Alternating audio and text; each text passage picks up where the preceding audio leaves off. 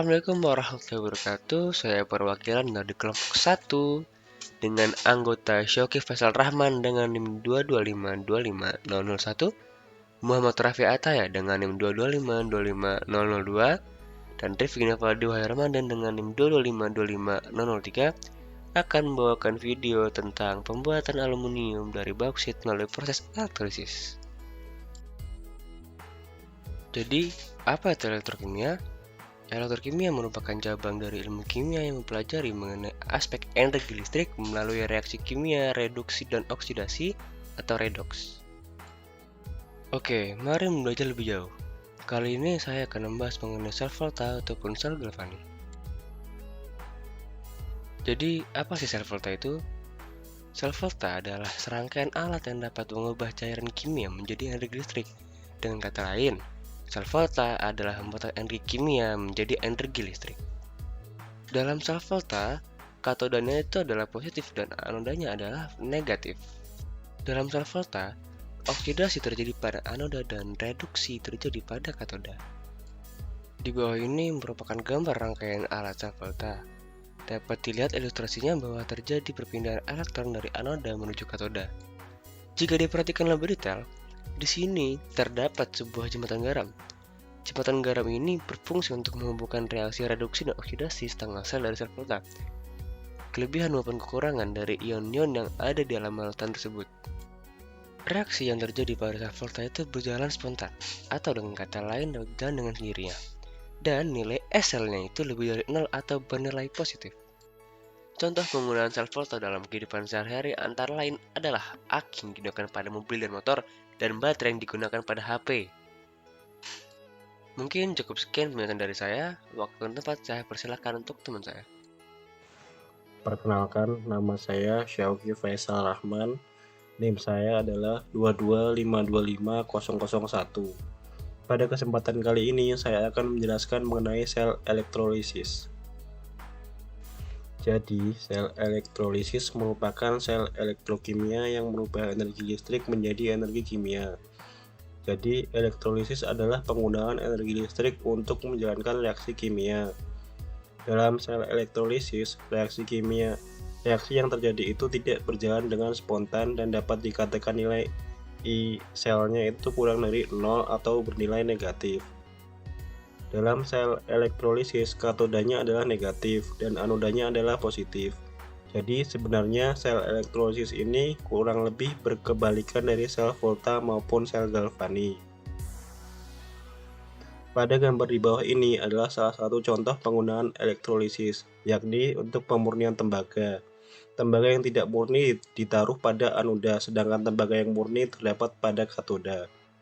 Contoh lain penggunaan sel elektrolisis adalah untuk pembuatan aluminium yang nanti akan dijelaskan oleh teman saya.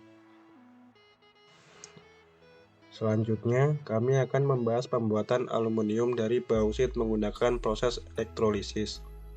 Namun, sebelum menjelajah lebih jauh, kami akan sedikit menyampaikan sejarah bagaimana penemuan aluminium beserta penemuan cara pengolahannya. Baik, jadi pertama kami akan membahas mengenai sejarah penemuan aluminium terlebih dahulu. Jadi, aluminium itu pertama kali ditemukan pada tahun 1821 di Prancis. Sebenarnya yang pertama kali ditemukan itu bukanlah aluminium, melainkan bauksit, yaitu bahan baku pembuatan aluminium. Bauksit sendiri merupakan sebuah batuan yang berwarna merah kecoklatan seperti yang terlihat pada gambar berikut. Lalu untuk sejarah pengolahannya sendiri, jadi ilmuwan pengolahan bauksit itu ditemukan oleh dua ilmuwan secara terpisah pada tahun 1886. Kedua ilmuwan tersebut bernama Charles Martin dan Paul Herrold. Pengolahan aluminium dikenal dengan nama metode Hall-Héroult. Pengolahan aluminium dengan metode Hall-Héroult masih digunakan hingga saat ini, namun dengan berbagai macam pengembangannya. Sekian dari saya. Setelah ini waktu dan tempat saya persilahkan untuk teman saya. Assalamualaikum warahmatullahi wabarakatuh. Halo semuanya, perkenalkan nama saya Muhammad Rafi Ataya dengan NIM 2252002. Jadi pada kesempatan kali ini saya akan menjelaskan proses pengolahan bauksit menjadi aluminium. Jadi langkah pertama yang paling pertama adalah jelas untuk mengumpulkan bahan bakunya terlebih dahulu. Jadi bahan baku aluminium merupakan bauksit. Nah, bauksit ini ditambang dan dikumpulkan dalam jumlah yang cukup. 4 ton bahan mentah yang berupa bauksit itu dapat diolah untuk menghasilkan kurang lebih 1 ton aluminium. Nah, jika bahan baku sudah terkumpul, maka langkah selanjutnya adalah untuk mengekstrak alumina dari bauksit. Jadi langkah pertama adalah bauksit tadi dicampur dengan natrium hidroksida, lalu dipanaskan hingga menghasilkan sebuah larutan yang disebut dengan larutan natrium aluminat. Jika sudah terbentuk larutan tersebut, langkah selanjutnya adalah untuk menyaring larutan tadi. Jadi material asing yang terdapat dalam larutan natrium aluminat akan tersaring. Yang langkah ketiga adalah jika sudah tersaring, maka larutan yang udah tersaring ini akan dipanaskan kembali hingga membentuk serbuk putih yang disebut alumina. Jika sudah terdapat alumina, maka selanjutnya sudah masuk ke dalam proses elektrolisis. Jadi proses ini sudah masuk ke dalam sebuah tempat ya, dimana tempat ini tuh bernama pot reduksi. Jadi langkah selanjutnya itu untuk meleburkan alumina yang sudah didapat tadi menjadi aluminium. Jadi langkah pertamanya itu alumininya dipindah ke dalam pot reduksi, lalu dicampur dengan kliorit. Jadi fungsi kliorit ini untuk menurunkan titik lebur sehingga lebih hemat dalam penggunaan listrik dan tidak memerlukan energi panas yang cukup besar untuk melebur alumina tadi. Setelah itu, saat proses elektrolisis berlangsung, terjadi reaksi yang memisahkan antara oksigen dan aluminium. Jadi aluminium ini jadi aluminium murni, tidak ada campuran lainnya. Untuk reaksi yang terjadi dapat dilihat pada gambar di bawah kiri ini.